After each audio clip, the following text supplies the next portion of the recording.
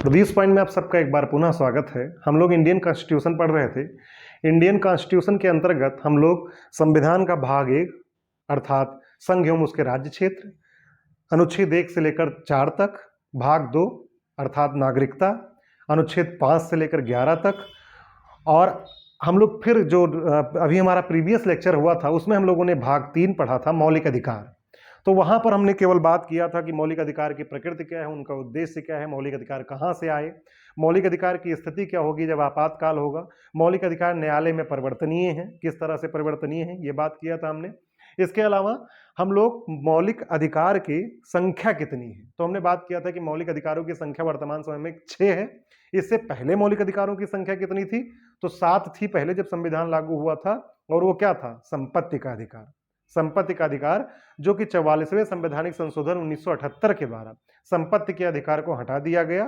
संपत्ति का अधिकार कहां पर था, संपत्ति का अधिकार था 19(4) और 31 में, 19(4) और अनुच्छेद 31 में संपत्ति के अधिकार को दिया गया था।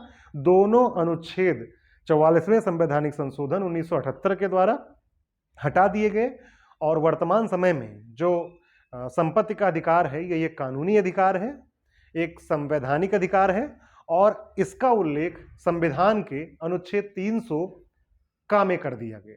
ठीक है, अनुच्छेद 300 का में कर दिया गया। तो उसमें हम लोगों ने पढ़ा था कि संविधान जो मौलिक अधिकार है उसकी संख्या, तो मौलिक अधिकारों की संख्या कितनी थी, 6। कौन कौन से अधिकार थे, समानता का अधिकार 14 से लेकर 18 तक, स्वतंत्रता का अधिकार 19 से लेकर 22 तक, फिर शोषण के विरुद्ध अधिकार 23 और 24 में दिया गया था।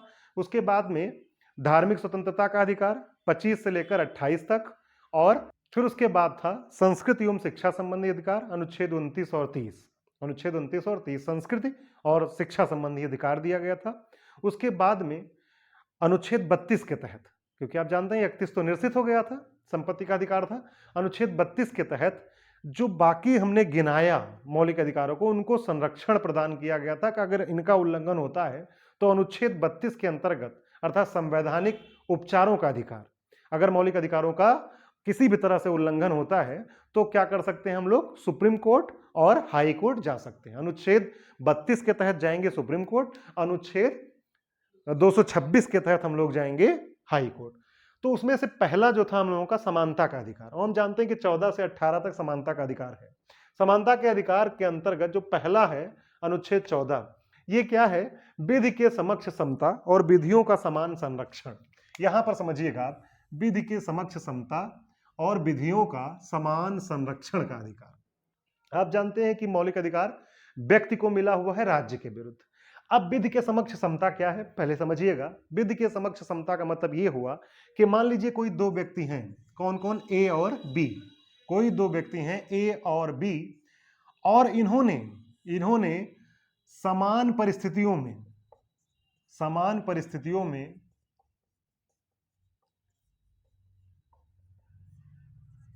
समान अपराध किया।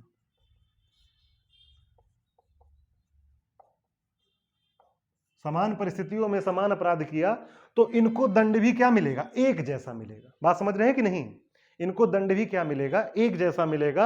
अर्थात विधि के समक्ष कोई छोटा बड़ा, गरीब अमीर, ऊंच नीच, किसी प्रकार का भेदभाव नहीं होगा, सबके लिए क्या है, समान है विधि। तो विधि के समक्ष समता का मतलब यही हुआ। और ये जो है ये कहां से आ रहा है, ये आ रहा है विधि के शासन शब्द से। कहां से आ रहा है, विधि का शासन, क्योंकि विधि का शासन का मतलब भी यही तो होता है कि विधि के शासन के अंतर्गत क्या होता है कि इसमें भी किसी भी को छोटा बड़ा, अमीर गरीब आदि को देखकर व्यवहार नहीं किया जाता, बल्कि ऐसा माना जाता है कि कानून की दृष्टि में सभी लोग क्या है, समान है। तो ये जो पहला पदावली है विधि के समक्ष समता, ये जो पहला पदावली है विधि के समक्ष समता, ये कहां से लिया गया है, ये भी ध्यान रखिएगा। तो ये लिया गया है ब्रिटेन से। कहां से लिया गया है, ब्रिटेन से। बात समझ में, विधि के समक्ष समता क्या है समझ में आया।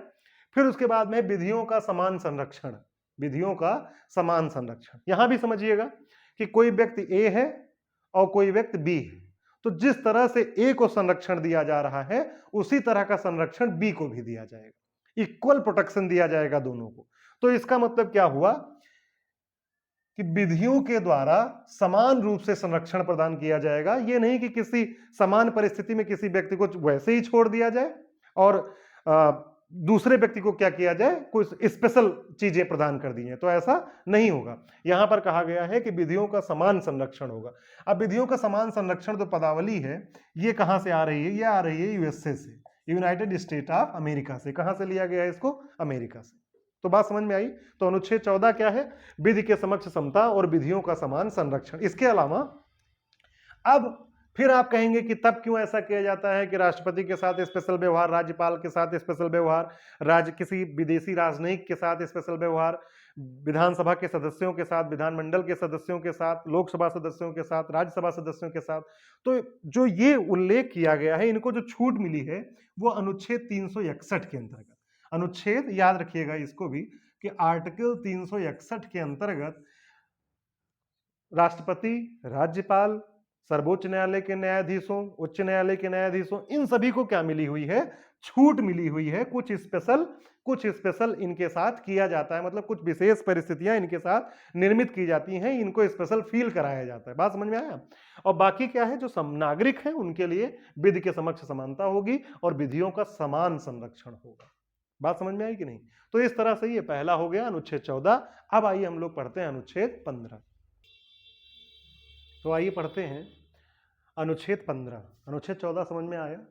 अनुच्छेद 15 क्या है, धर्म, मूल वंश, जाति, लिंग या जन्म स्थान के आधार पर विभेद का प्रतिषेध। ये उसकी हेडिंग है। ये क्या है, हेडिंग है जो अनुच्छेद 15 है कि धर्म, मूल वंश, जाति, लिंग। अब इसको याद कर लीजिए, कभी कभी बीच में कोई एक वर्ड और देकर पूछा जाता है कि क्या इस आधार पर भी अनुच्छेद 15 में बात की गई है। तो आप याद कैसे कर लें, एक ट्रिक है, धमूजा लिंज। क्या याद कर लें, धर्म, मूलवंश, जाति और लिंग, और धमूजा लिंज है और जन्म स्थान। धमूजा लिंज आप याद कर लें, धर्म, मूलवंश, जाति, लिंग और जन्म स्थान, इन आधारों पर विभेद का प्रतिषेध किया गया। अर्थात अगर आपसे कोई धर्म के आधार पर किसी प्रकार का विभेद करता है, नहीं करेगा, धर्म के आधार पर कोई विभेद नहीं करेगा, मूल वंश के आधार पर कोई नहीं करेगा, जाति के आधार पर कोई नहीं करेगा, लिंग के आधार पर, स्त्रीलिंग, पुल्लिंग आदि के आधार पर कोई नहीं करेगा, और जन्म स्थान के आधार पर कि आप बिहारी हैं, आप उत्तर प्रदेश से हैं, आप महाराष्ट्र के हैं, इस आधार पर भी विभेद का क्या किया गया है, प्रतिषेध किया गया। अब आप ध्यान से देखिए तो 15 के अंतर्गत 5 उपभाग बताए गए, 15.1, 15.2, 15.3, 15.4 और 15.5। हालांकि जो छोटे एग्जाम है वहां पर आपका काम यहां से चल जाएगा, लेकिन कभी कभी बहुत छोटी छोटी चीजें भी पूछी जा सकती हैं। और आज हम इसको तैयार कर रहे हैं, तब एक बार हम ये तैयार करें फिर दोबारा पढ़ें। ये जितना आप लिखा हुआ देख रहे हो इसको अभी हम कीवर्ड बता देंगे कि आपको यही याद रखना है, बस एक बार इसको हम देख लेते हैं पहले, ठीक है। तो 15.1 के अंतर्गत तो इसी बात को दोहराया गया है कि धर्म, मूल वंश, जाति, लिंग या जन्मस्थान के आधार पर किसी भी राज्य के द्वारा विभेद नहीं किया जाएगा, या यह इस आधार पर विभेद करने से मना करती। बात समझे। तो ये कहा गया है 15.1 में, इसी को दोहरा दिया गया है क्योंकि ये हेडिंग के रूप में है अनुच्छेद 15 के। 15.2 में क्या कहा गया है कि दुकानों, सार्वजनिक भोजनालयों, होटलों और सार्वजनिक मनोरंजन के स्थानों में प्रवेश से कोई रोका नहीं जाएगा। इन आधारों पर राज्य किसी भी व्यक्ति को धर्म, मूलवंश, जाति, लिंग, जन्मस्थान के आधार पर दुकानों, सार्वजनिक भोजनालयों, होटल और सार्वजनिक मनोरंजन के स्थानों में प्रवेश से रोक नहीं सकता। अब इसको समझिएगा। मान लीजिए आप किसी दुकान पर कोई सामान लेने जाते हैं, तो आप वो ये नहीं पूछेगा कि आप कौन से धर्म के हो भैया, किस जाति के हो। अगर आप अमुक जाति के हो तो हम आपको नहीं देंगे, या आप अमुक धर्म के हो तो हम आपको सामान नहीं देंगे, ऐसा नहीं कर सकता। या मान लीजिए आप कहीं सार्वजनिक भोजनालय में गए, सार्वजनिक किसी होटल में गए, वहां पर आपसे ये नहीं पूछा जाएगा कि आप अमुक धर्म से संबंधित हो तो आपको होटल नहीं देंगे, ऐसा मना नहीं किया जाए। या फिर मान लीजिए आप कुंवर टाकिज गए और वहां पर आपने टिकट लिया, तो टिकट लेते समय कभी नहीं पूछा जाएगा कि आप हिंदू हो, मुसलमान हो, सिख हो, ईसाई हो, या किस जाति के हो, या आप बिहार से तो नहीं हो, आप महाराष्ट्र से तो नहीं हो, यहाँ पिक्चर देखने आप नहीं जा सकते। तो सार्वजनिक मनोरंजन के स्थानों में भी मना नहीं किया जा सकता इन आधारों पर। तो ये याद हुआ कि नहीं। कुल मिलाकर आप ये समझिए कि जो भी सार्वजनिक स्थान है, क्या है, सार्वजनिक स्थान है, देखो कीवर्ड निकल कर आ रहा है, सार्वजनिक स्थान है, वहां पर इन आधारों पर मना नहीं किया जाएगा। अब सार्वजनिक स्थान दुकान हो सकता है, वहां सब लोग जाते हैं, सार्वजनिक भोजनालय हो सकता है, होटलों में भी सब लोग जाते हैं, सार्वजनिक मनोरंजन के स्थान पर, जैसे अभी इस समय गोंडा में प्रदर्शनी लगी हुई है, अब आप वहां पर जाते हैं और उस प्रदर्शनी में आपसे टिकट देते समय पूछा जाए कि आप किस जाति के हो, ऐसा नहीं किया जा सकता। ये आपका क्या है, फंडामेंटल राइट्स है, आपसे कोई ये नहीं पूछ सकता। बात समझ में कि जैसे इलाहाबाद में या प्रयागराज में अभी शिल्प मेला लगा हुआ था, अब आप वहां एंट्री करते समय 30 रुपए का टिकट आप ले रहे हैं। अब ये कभी नहीं पूछा जाएगा, आप चाहे जो हो, आप बस टिकट लीजिए और अंदर जाइए। बात समझ में आया कि नहीं? फिर उसके बाद में साधारण जनता, अब देखो फिर ये सार्वजनिक स्थान की ही बात की गई आगे भी इसमें 15(2) के अंतर्गत। साधारण जनता के लिए समर्पित कुआं, कोई जो साधारण जनता मतलब सबके लिए जो सार्वजनिक स्थान है कुआं, वहां से आपको कोई पानी निकालने से, तालाब है वहां से आपको कोई नहाने से, या स्नान घाटों से, कोई घाट बना हुआ है नदी का, वहां पर आपको जाति धर्म आदि के आधार पर नहाने से रोका नहीं जाएगा। सड़कों पर आपसे चलने से मना नहीं किया जाएगा कि भैया तो फलाने जाति के हो, फलाने धर्म के हो, फलाने स्थान के हो। बात समझे कि नहीं? जन्म स्थान आपका तो कहाँ है, केरला है, आप इस सड़क पर प्रयागराज की सड़क पर नहीं चल सकते या मुखर्जी नगर की सड़क पर नहीं चल, ऐसा नहीं कहा जा सकता। सार्वजनिक समागम के स्थानों पर, और कहीं पर सार्वजनिक समागम समागम मतलब मिलन हो रहा है, तो वहां पर भी आपको रोका नहीं जाएगा। बात समझे कि नहीं? तो ये कुल मिलाकर सार्वजनिक स्थान पर जाने से आपको धर्म, मूलवंश, जात, लिंग आदि के आधार पर मना नहीं किया जाएगा। कहां पर कहा गया है? 15(2) के अंतर्गत सार्वजनिक स्थान पर आपको जाने से रोका नहीं जाएगा इन आधारों पर। अब बात समझ में आई कि नहीं? तो बस इसमें क्या याद रखना, सार्वजनिक स्थान 15(1) के अंतर्गत तो यही है। फिर 15(2) के अंतर्गत ये बातें समझ में आई। 15(3) देखो, स्त्रियों और बालकों के लिए विशेष उपबंध करने से निवारित नहीं करेगा। ये उपबंध जो है, अगर स्त्रियों और बालकों के लिए कोई विशेष उपबंध बनाए जाते हैं, अब जैसे मान लीजिए कोई सार्वजनिक स्थान ही है, तो वहां पर महिलाओं के लिए अलग लाइन रखी जाती है टिकट के लिए, और जो पुरुष हैं उनके लिए अलग लाइन रहती है। तो अब ये नहीं कहा जा सकता कि इनके लिए अलग लाइन क्यों बनाई गई है। बात समझ में आया कि नहीं? तो कोई विशेष उपबंध अगर राज्य करना चाहता है तो उससे जो है बालकों और स्त्रियों के लिए, या फिर आप देखें कि बसों में सीट निर्धारित होती है, क्या लिखा रहता है? महिलाओं के लिए आरक्षित। तो अब 1 सीट 2 सीट जो भी निर्धारित कर दी जाती है महिलाओं के लिए आरक्षित, तो वहां पर अब ये कोई नहीं कह सकता कि ये तो लिंग के आधार पर विभेद हो रहा है मेरे साथ, ये लिंग के आधार पर भेदभाव हो रहा है, महिलाओं के लिए तो आरक्षित कर दिया गया सीट, ऐसा नहीं बोल सकते आप। क्यों? क्योंकि ये छूट दी गई है 15(3) के अंतर्गत कि राज्य को स्त्रियों और बालकों के लिए विशेष उपबंध करने की छूट है, ये होते हुए भी। बात समझे? मतलब स्त्रियों और बालकों के लिए विशेष उपबंध करने से निवारित नहीं करेगा, ये उपबंध होते हुए भी। बात समझे कि नहीं? मतलब स्त्री और बालक के लिए छूट, स्त्री बालक के लिए क्या है? छूट है। एक चीज और आपको बता दें, जितने भी आप पढ़ेंगे मौलिक अधिकार, उसमें इस तरह के उपबंध आपको मिल जाएंगे। अधिकार मिलेगा, उसके बाद में उनमें छूट दी जाएगी। तो वो जो छूट दी जा रही है उसको हम लोग एक टेक्निकल वर्ड यूज करते हैं, संरक्षणात्मक भेदभाव। आप जान लीजिए अभी से, संरक्षणात्मक भेदभाव, संरक्षणात्मक भेदभाव।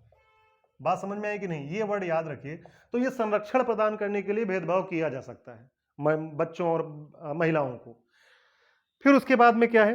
राज्य को सामाजिक, 15(4) देखिएगा, तो देखिए ये 15(1) के अंतर्गत क्या था? यही सेम था। 15(2) के अंतर्गत सार्वजनिक स्थानों पर जाने से रोका नहीं जा सकता इस आधार पर। फिर उसके बाद में स्त्री और बालकों के लिए विशेष छूट। फिर 15 जो है 4 क्या है? राज्य को सामाजिक और शैक्षणिक दृष्टि से पिछड़े हुए नागरिकों के किन्हीं वर्गों की उन्नति के लिए, कोई सामाजिक रूप से मान लीजिए कोई पिछड़ा हुआ है, शैक्षणिक रूप से कुछ जातियां पिछड़ी हुई हैं, कुछ धर्म के लोग पिछड़े हुए हैं, नागरिकों के किन्हीं वर्गों के लिए, कोई भी वर्ग हो नागरिकों का, की उन्नति के लिए, या कौन? अनुसूचित जाति हो गया, अनुसूचित जनजाति हो गया, के लिए विशेष उपबंध करने से निवारित नहीं करेगा। अगर कोई सामाजिक और शैक्षणिक रूप से पिछड़ा हुआ है, अनुसूचित जाति और अनुसूचित जनजाति है, बात को हमारी ध्यान से सुनिएगा, कोई सामाजिक रूप से कोई जो है राज्य को सामाजिक रूप से कोई राज्य जो है, अगर कोई सामाजिक रूप से पिछड़ा हुआ है, शैक्षणिक दृष्टि से पिछड़ा हुआ है, अनुसूचित जाति है, अनुसूचित जनजाति है, तो कोई इस आधार पर कि इसे विभेद का प्रतिषेध किया गया, इस आधार पर इसको कोई रोकेगा नहीं। ये उनके लिए क्या कर सकती है? विशेष उपबंध कर सकती। फिर वही आया क्या? संरक्षणात्मक भेदभाव। बात समझे कि नहीं? इनको संरक्षण प्रदान करने के लिए, ये भी अग्रणी श्रेणी में, विकास की अग्रणी श्रेणी में आ पाए, ये पीछे ना छूट जाए, इसलिए इनको संरक्षणात्मक भेदभाव यहां प्रदान किया गया। तो अब इसी के अंतर्गत 15(4) के अंतर्गत, बहुत इंपॉर्टेंट, ध्यान दीजिएगा आप, 15(4) के अंतर्गत ही सरकारी सेवाओं में आरक्षण प्रदान किया जाता है। सरकारी सेवाओं में आरक्षण प्रदान किया गया। 15(4) के अंतर्गत ही सरकारी सेवाओं में आरक्षण प्रदान किया। अब बात समझ में आई कि नहीं? अच्छा, अब सरकारी सेवाओं में आरक्षण मानदंड के लिए, जो सरकारी सेवा है उसमें आरक्षण मानदंड को निर्धारित करने के लिए 1953 में काका कालेलकर समिति गठित की गई और इसने अपने सुझाव दिए, लेकिन उस सुझाव को क्या किया गया? नकार दिया गया। काका कालेलकर को मना कर दिया गया कि ये जो आपने बताया ठीक नहीं है। फिर उसके बाद में कौन आता है? 1978 में मंडल कमीशन। खूब आपने सुना होगा मंडल कमीशन के बारे में। 1978 में मंडल कमीशन आता है और इसके सुझाव को स्वीकार कर लिया जाता है। मंडल कमीशन 1978 में जो मंडल कमीशन आता है उसके सुझाव को स्वीकार कर लिया जाता है। उसके बाद में लोग सुप्रीम कोर्ट चले जाते हैं, तो सुप्रीम कोर्ट भी इस पर सहमति देता है। ठीक है, सुप्रीम कोर्ट भी इस पर सहमति देता है, लेकिन एक बात वो ऐड कर देता है कि 50% से आरक्षण अधिक नहीं होना चाहिए। ये बात ध्यान रखिएगा कि 50% से आरक्षण अधिक नहीं होना चाहिए। राज्य को समझ में आया? सरकारी सेवाओं में आरक्षण की बात यहीं से निकल कर आती है। फिर उसके बाद में 15(5) के अंत, ये 15(5) जोड़ा गया 93 संवैधानिक संशोधन 2005 के द्वारा। जो 15(5) है, 93rd अमेंडमेंट, कॉन्स्टिट्यूशनल अमेंडमेंट 2005 के अंतर्गत इसको मंडल 2 कहा गया। बात समझे? अच्छा, ये मंडल 1 क्यों, इसको मंडल 1 कहा गया? ये मंडल 1 था सरकारी सेवाओं में आरक्षण। मंडल 2 क्यों कहा गया? क्योंकि इसमें जो केंद्रीय शैक्षणिक संस्थाएं हैं या निजी संस्थाएं हैं, उनमें सामाजिक और शैक्षणिक दृष्टि से पिछड़े हुए लोगों को के लिए विशेष उपबंध करने की बात कही गई। मतलब किसी भी, जैसे मान लीजिए कोई केंद्रीय विश्वविद्यालय या निजी शिक्षण संस्थान है, तो वहां पर यह व्यवस्था राज्य के द्वारा बनाई जा सकती है कि इतना % यहां पर तो शैक्षणिक रूप से पिछड़े हैं या फिर सामाजिक रूप से पिछड़े वर्ग हैं, अनुसूचित जाति के हैं, अनुसूचित जनजाति के हैं, तो इनके लिए विशेष उपबंध। अब दोनों में अंतर क्या है ये समझ लीजिए। यहां पर सरकारी सेवाओं में आरक्षण की बात की गई है और यहां पर क्या बात की गई है? उनके पठन पाठन से संबंधित। पठन पाठन संबंधित मतलब कि यहां भी सेम है बिल्कुल। यहां सामाजिक शैक्षणिक दृष्टि से पिछड़े हुए हैं, अनुसूचित जाति और अनुसूचित जनजाति हैं। यहां भी सामाजिक और शैक्षणिक दृष्टि से पिछड़े हुए हैं, अनुसूचित जाति और कौन शामिल है? अनुसूचित जनजाति भी है इसमें। लेकिन क्या क्या किया जाएगा? इनको केंद्रीय शैक्षणिक संस्थाओं तथा निजी शैक्षणिक संस्थाओं में आरक्षण प्रदान किया जाएगा। लेकिन एक बात ध्यान रखना है, परंतु अल्पसंख्यक शैक्षणिक संस्थाओं पर यह लागू नहीं होगा कि अगर कोई अल्पसंख्यक शैक्षणिक संस्था है तो उनके लिए, अल्पसंख्यकों के लिए, तो उस पर यह आरक्षण लागू नहीं होगा। ये जो है ये सरकारी सेवाओं के लिए है और ये कहां के लिए है? ये जो है किसी विश्वविद्यालय में या किसी शैक्षणिक संस्था में या किसी निजी शैक्षणिक संस्था में प्रवेश के लिए है कि कितना उनको आरक्षण दिया जाए। बात समझ में आई? आप फिर से एक बार समझ लो। ये तो आप लोग याद करते हो, धर्म, मूलवंश, जाति, लिंग, जन्मस्थान के आधार पर विभेद का प्रतिषेध। ये जानते हैं आप कि आप इसके आधार पर, धर्म के आधार पर किसी के साथ विभेद नहीं कर सकते, या राज्य जो है मूलवंश के आधार पर विभेद नहीं करेगा, जाति के, लिंग के, जन्मस्थान के आधार पर। ठीक है, लेकिन संरचनात्मक भेदभाव के तहत जन्मस्थान के आधार पर भी भेदभाव किया जाता है। जैसे मान लीजिए अभी, हालांकि अब तो बदल गया, अभी आया है बिहार सुपर टेट आया है। बिहार में बहुत बड़ी भर्ती होने जा रही है शिक्षकों की, तो वहां पर यह प्रावधान किया गया। क्या प्रावधान किया गया? वहां पर यह प्रावधान किया गया था कि केवल जो बिहार के लोग हैं, बिहार के हैं, जो जिनका निवास प्रमाण पत्र कहाँ का है, बिहार का है, केवल वही लोग इसको भर सकते हैं। लेकिन फिर बाद में तो ये उल्लंघन नहीं था। वहां के लोग, बिहार सरकार का ऐसा मानना था कि यहाँ के लोग अधिक पिछड़े हैं, इन्हीं लोगों को सामाजिक और शैक्षणिक रूप से पिछड़े हैं, तो इन्हीं को आगे आने देना चाहिए, इनको नौकरी मिलनी चाहिए। लेकिन जब बाद में अभी नीतीश कुमार जी ने, जो वहाँ के मुख्यमंत्री हैं, उन्होंने एक आदेश निकालकर क्या किया? इसको सबको शामिल करने का आदेश आया। जो वहाँ की सरकार है उसने ये सबको शामिल, मतलब सभी स्टेट के जो है लोग वहाँ आप शामिल हो सकते हैं। इसके अलावा उत्तराखंड में ये प्रावधान कर दिया गया है कि केवल वहीं के निवासी वहाँ पर अप्लाई कर सकते हैं। तो ये कैसे कर ले रहे हैं? जब ये है जन्मस्थान के आधार पर विभेद नहीं किया सकता, तो किस तरह से सामाजिक और शैक्षणिक रूप से पिछड़े हुए अगर कोई है तो उस आधार पर विभेद किया जा सकता है। आप समझ में आया कि नहीं? ये बात समझ में? देखो 15(1) के अंतर्गत यही है। 15(2) के अंतर्गत सार्वजनिक स्थान वाली बात आ गई, होटल और सार्वजनिक मनोरंजन के स्थान, दुकान, ये सब। फिर स्त्री, 15(3) स्त्री और बालकों के लिए विशेष उपबंध। 15(4) सरकारी सेवाओं में आरक्षण की बात की गई, सामाजिक शैक्षणिक रूप से पिछड़े हुए नागरिकों के लिए, और उसके अलावा अनुसूचित जाति, अनुसूचित जनजाति। 15(5) के तहत क्या है? 93 जोड़ा गया 2005 के द्वारा, 93 संवैधानिक संशोधन, इसे मंडल 2 कहा गया। तो अब ये क्या था कि अनुसूचित जाति और जनजाति और सामाजिक और शैक्षणिक रूप से पिछड़े हुए जो लोग थे, इनको क्या किया कि केंद्रीय शिक्षण संस्थाओं में और निजी शैक्षणिक संस्थाओं में आरक्षण प्रदान किया गया, लेकिन अल्पसंख्यक शैक्षणिक संस्थाओं पर यह बात लागू नहीं होगी। तो मेरे ख्याल से आपको यह बात अच्छे से समझ में आई होगी। आया ना समझ में? अब आइए हम लोग पढ़ते हैं आर्टिकल 16। अनुच्छेद 16 है लोक नियोजन के विषय में अवसर की समता। लोक नियोजन के विषय में, लोक नियोजन का मतलब क्या है? Public employment. पब्लिक एम्प्लॉयमेंट मतलब क्या हुआ कि लोक नियोजन, लोक नियोजन का मतलब कि जितने भी पब्लिक सेक्टर की नौकरियां हैं, पब्लिक सेक्टर की जितनी भी नौकरियां हैं, उनके अगर वहां पर क्या होगी? अवसर की समानता होगी, अर्थात किसी प्रकार का भेदभाव उनके साथ नहीं किया जाएगा। बात समझ में आई? यह अनुच्छेद 16 किसी व्यक्ति को अधिकार देता है राज्य के विरुद्ध। बात समझ में आई? तब अब 16 इसमें भी 4 है विभाग। कितने भाग हैं? अब देखो, आप परेशान मत होइएगा कि ज्यादा हो रहा है, ज्यादा कुछ नहीं है। आप नहीं इसको जानना चाहते, आप यही केवल रट जाइए, इसको समझ लीजिए एक बार, ठीक है? समझे रहिए, रटे इसको रहिए। लोक नियोजन के विषय में अवसर की समानता, याद रखिए 16। अब 16(1) में क्या कहा गया है कि लोक नियोजन के विषय में अवसर की समानता होगी। लोक नियोजन के विषय में अवसर की समानता होगी, इसी बात को दोहराया गया है। 16(2) में क्या कहा गया है? अनुच्छेद 15 में क्या कहा गया? धर्म, मूल वंश, जाति, लिंग, जन्मस्थान के आधार पर विभेद का प्रतिषेध। तो यहां भी ये कहा गया है कि धर्म, मूल वंश, जाति, लिंग और जन्मस्थान के आधार पर लोक नियोजन के विषय में अवसर की समानता जो है, इसमें जो है क्या किया जाएगा? विभेद नहीं किया जाएगा। इन आधारों पर इसमें विभेद नहीं किया जाएगा। बात समझे कि नहीं? तो मतलब समझ गए ना इसको? फिर 16(3) में कहा गया कि किसी स्थान के निवासियों को प्राथमिकता दी जा सकती है।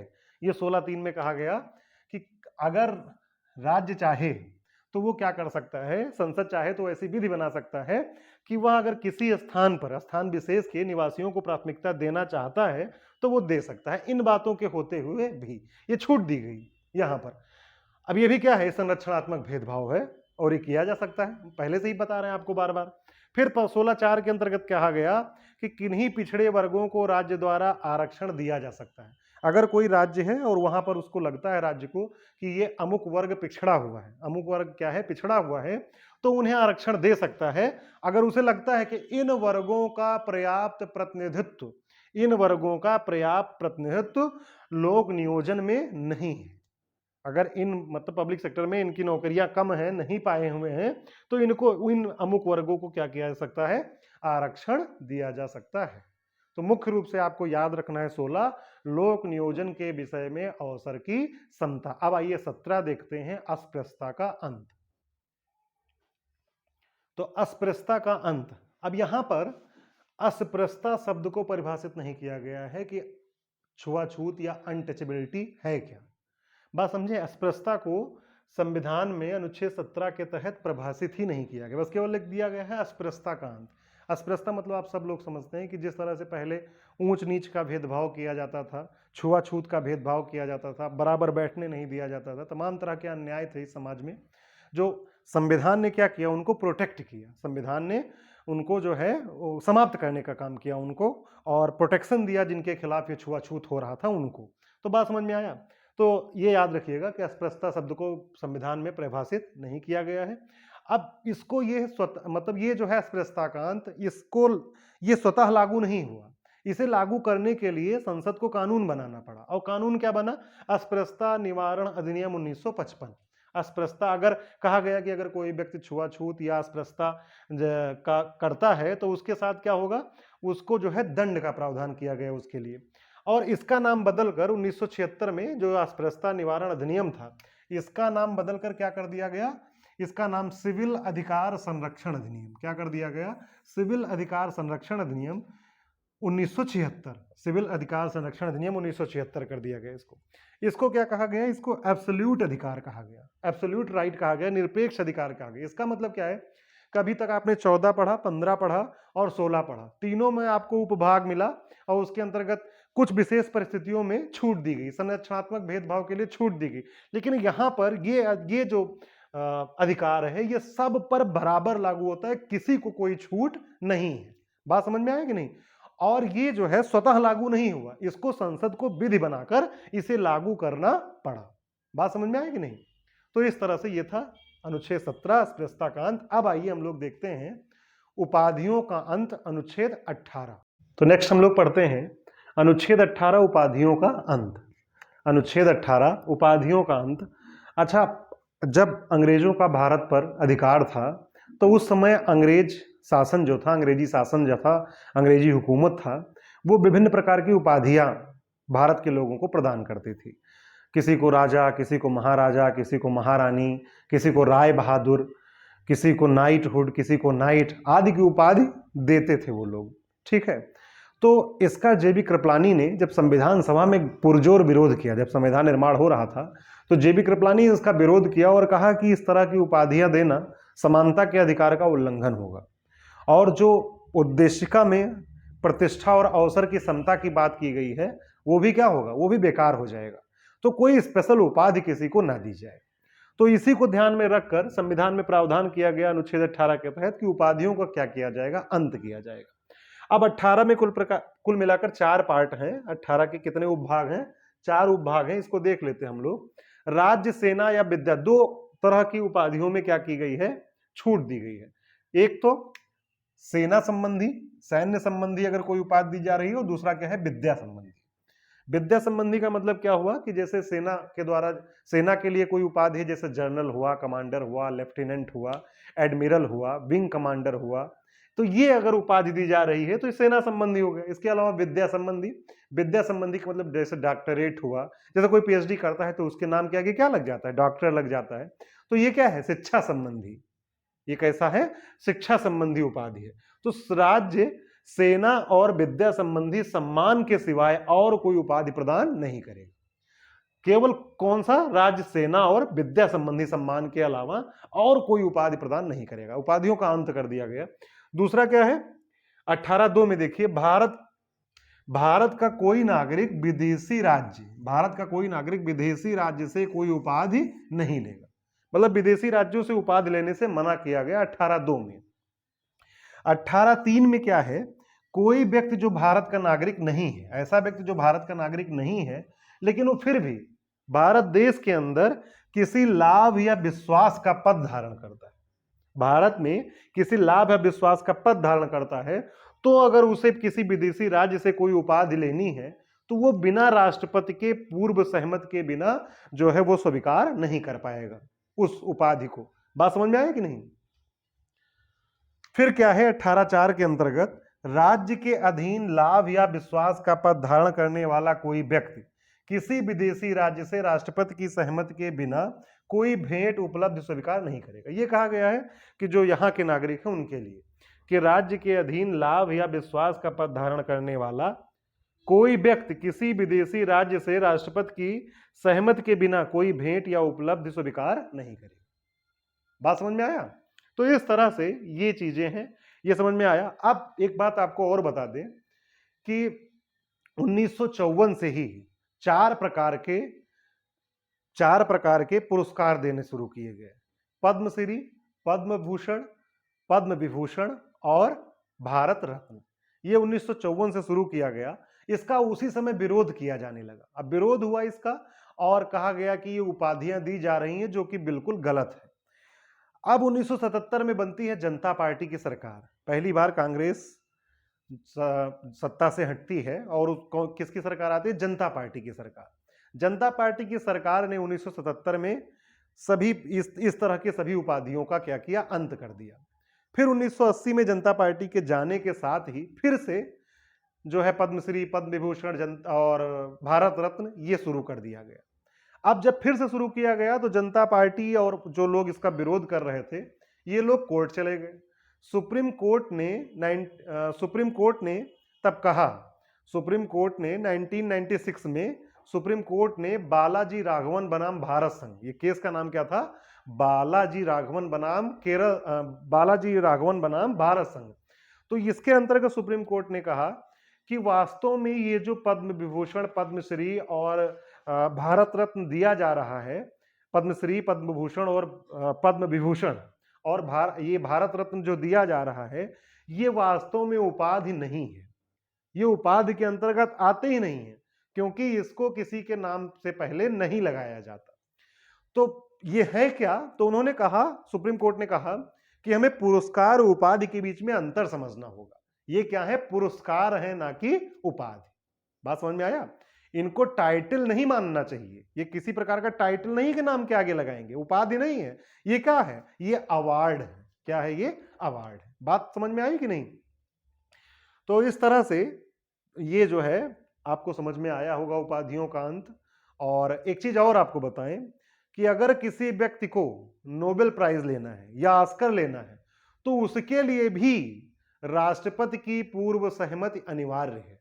उसके लिए भी राष्ट्रपति की पूर्व सहमति अनिवार्य है। तो मेरे ख्याल से आपको 14 से 18 तक बहुत अच्छे समझ में आया होगा। एक बार हम क्विक रिवीजन करवा रहे हैं आपका, सुनिएगा ध्यान से। 14 क्या है? विधि के समक्ष समता और विधियों का समान संरक्षण। 15 क्या है? अनुच्छेद 15 क्या है? अनुच्छेद 15 है धर्म, मूलवंश, जाति, लिंग और जन्मस्थान के आधार पर विभेद का प्रतिषेध। अनुच्छेद 16 क्या है? लोक नियोजन के विषय में अवसर की समता। अनुच्छेद 17 क्या है? अस्पृश्यता का अंत। और अनुच्छेद 18 क्या है? उपाधियों का अंत। तो इस तरह से मेरे ख्याल से आपको पूरा लेक्चर समझ में आया होगा और पूरा पढ़िएगा आप लोग। बहुत ये ना सोचिए कि बहुत थोड़ा थोड़ा बताकर और उसको जो है समाप्त कर दिया जाए, क्योंकि आपको सब कुछ समझना है। आपकी समझ अच्छी होगी तो आप किसी भी एग्जाम में बैठेंगे, आप बेहतर करेंगे। और जब आप केवल रट्टू तोता बनेंगे तो आप किसी भी एग्जाम में बैठेंगे, गड़बड़ घोटाला करके वापस आ जाएंगे। तो सिलेक्शन चाहिए तो विस्तार पूर्वक पढ़िए। और केवल आपको बस अपने आप को दिखाना है कि हम पढ़ रहे हैं, तो कोई भी लूसेंट उठा लीजिए, कुछ भी उठा लीजिए, आप कोई भी किताब उठा लीजिए और उसमें ऐसे हाथ रख के रट्टा मारिए, कभी सिलेक्शन नहीं होगा। तो आपकी समझ बेहतर होगी इस तरह के लेक्चर्स से। और कितना 26-27 मिनट का वीडियो हमें लगता है लेक्चर होगा, इसको खूब ध्यान से देखिएगा और एक एक लेक्चर को 2-2 बार देख जाइए। इतना विस्तार से पढ़ा रहे हैं, यूट्यूब पर आपको इतना विस्तार से कहीं भी नहीं मिलेगा। ठीक है? और खूब मेहनत करके पढ़िए। नमस्कार।